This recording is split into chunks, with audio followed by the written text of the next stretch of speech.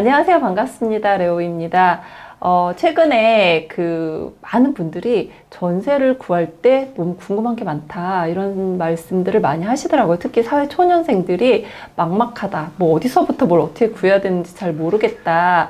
또 1주택자인 분들이 내가 이제 고가주택이 됐는데 이제 어떻게 해야 될지 모르겠다. 전세가 이제는 계약갱신권도 썼고 우리가 이사를 가야 되는데 어떻게 하면 좋을까? 많이들 물어보는데, 그 중에서 이제 가장 많이들 물어보는 질문 몇 가지를 한번 추려봤습니다.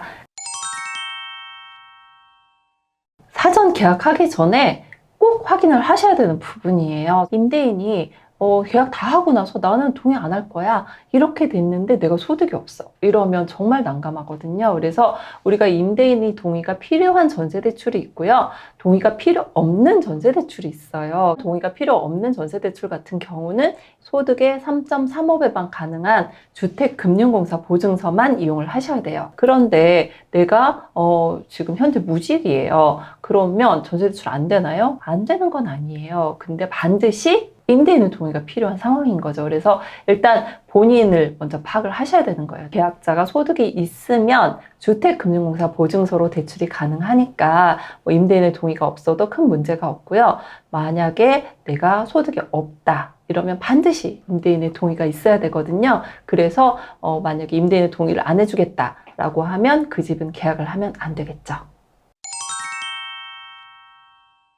소득이 있으면 가능해요. 근데 최근에 소득이 없는 분들이 임차인 경우가 상당히 많아요. 왜냐하면 그 집의 유일한 무주택자가 할머니거나 갓 입사한 어린 분일 경우가 상당히 많거든요. 그래서 그런 경우는 임대인이 법인이면 대출이 불가해요. 그래서 일단 소득 체크를 먼저 해주셔야 될 것 같은데, 소득 같은 경우는 내가 입사한 지 한 달만 돼도 곱하기 12에서 연봉으로 환산을 해드리니까 갓 입사하신 분들은 본인의 연봉을 좀 잘 체크하면 좋을 것 같습니다. 전입신고는 계약자만 하면 되는데요. 이게 또 애매한 경우가 있어요. 내가 현재 지금 전세를 살고 있는 분들이 있거든요. 전세를 살고 있는데 내가 그 집에 날짜가 안 맞는 거예요. 6월 1일까지 그 집에 있어야 되는데 내가 새로 구한 집은 5월 15일 날 계약이 됐어요. 그렇게 날짜가 안 맞는 경우는 배우자가 계시면 원래 계약자인 남편은 기존 집에 계시고, 그리고 새로 얻는 집은 부인분이 그렇게 새로 계약을 하는 게 가장 좋고요.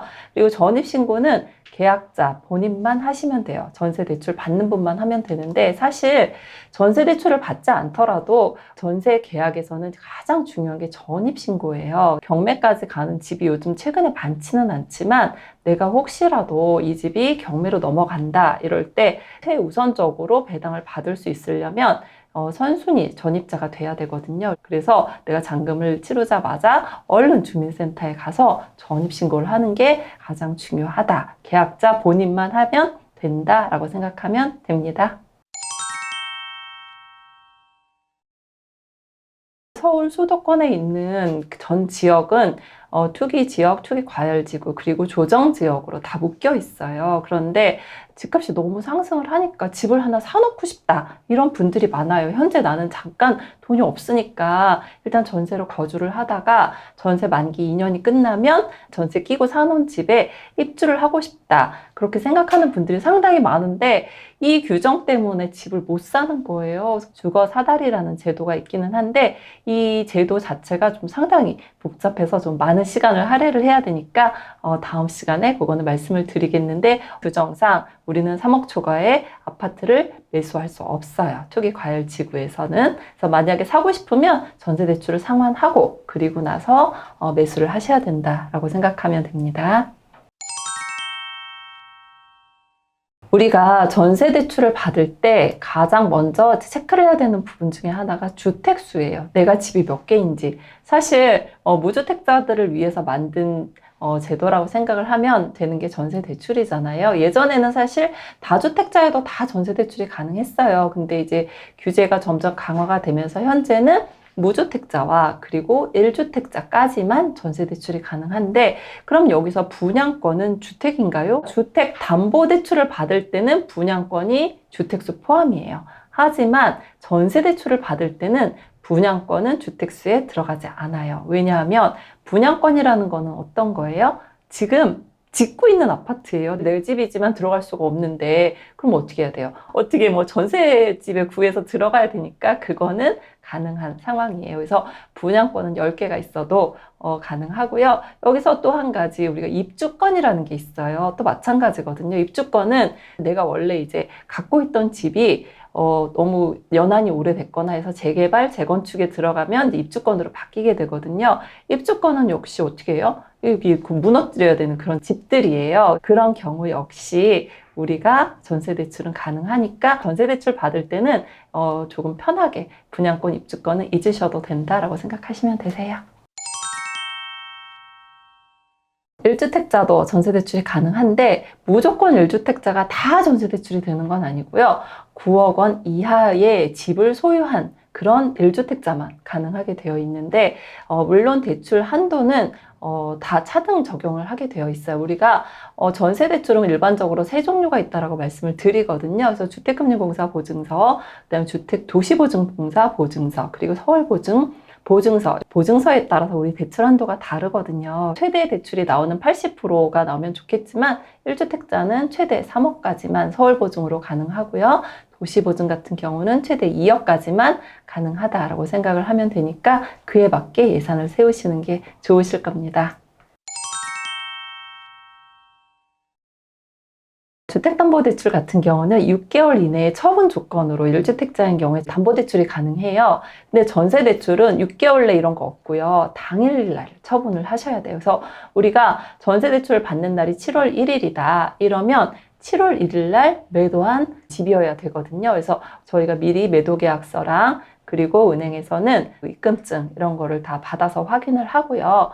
그날 정말로 집이 매도가 됐는지 확인을 하고 그리고서는 전세대출을 실행하게 되어 있거든요. 그렇기 때문에 처분 조건까지는 아니어도 우리가 그날까지 무주택자가 되거나 그날까지 1주택자가 된다라면 전세대출을 감안을 하고 신청을 받을 수 있으니까 미리 신청을 하면 될 것 같고요.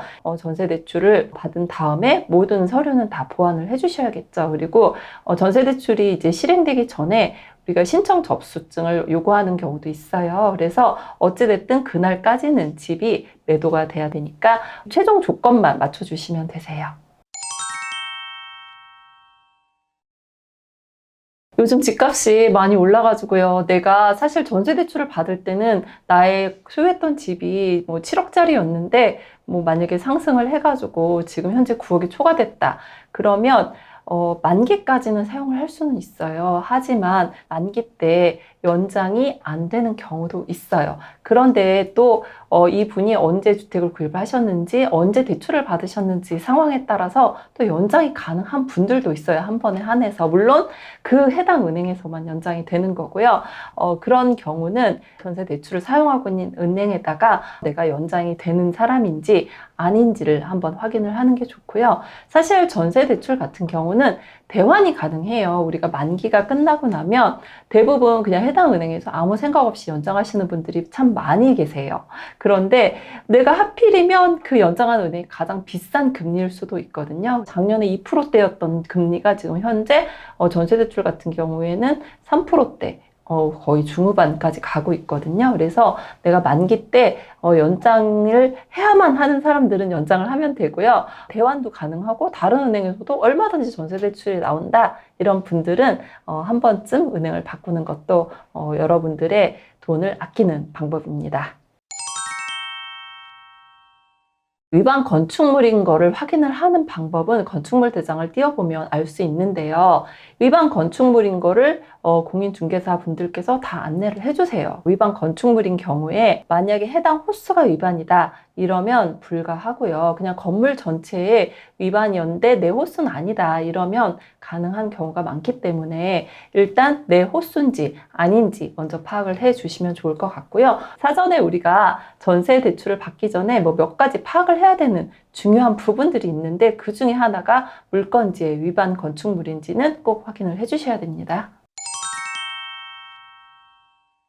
그 물건지의 담보대출금이라고 하면 임대인의 대출이거든요. 임대인이 담보대출로 만약에 받고 있으면 임차인이 전세대출이 안 나오는 건 아니에요. 근데 금액이 과도하다 이러면 뭐 전세대출뿐만 아니라 집에 들어가면 안 되겠죠. 예를 들어서 뭐 9억짜리 집인데 임대인이 대출이 1억이다. 이러면 그 집의 가치는 이제 8억 정도 남아있는 거잖아요. 그러면 그 집에 전세 5억에 들어가도 아무 문제가 없죠. 이런 경우는 대출도 나오고 아무 걱정 안 하셔도 돼요. 근데 만약에 9억짜리 집인데 그 집의 근저당이 뭐 8억이 있다. 이런데 내가 전세가 2억이다. 이러면 그 집에 들어가면 안 되겠죠. 전세 대출도 당연히 안 돼요. 그래서 이런 경우는 대부분 이제 말소 조건으로 우리가 대출을 신청을 할 수는 있어요. 임대인이 당일날 우리가 내는 전세 보증금으로 그 대출을 상환을 하는 경우가 많이 있거든요. 그렇게 해서 상환을 약속을 하고 그리고 대출을 진행을 하는 경우는 가능한데 반드시 이제 미리 그거는 확답을 받으셔야 되고요. 그리고 전세계약서에 대부분 그런 경우는 채권 최고액이 얼만데 뭐 말소를 한다라고 써 있어요. 그래서 그런 경우는 대출이 가능하니까 네, 편안하게 진행하시면 될 것 같습니다.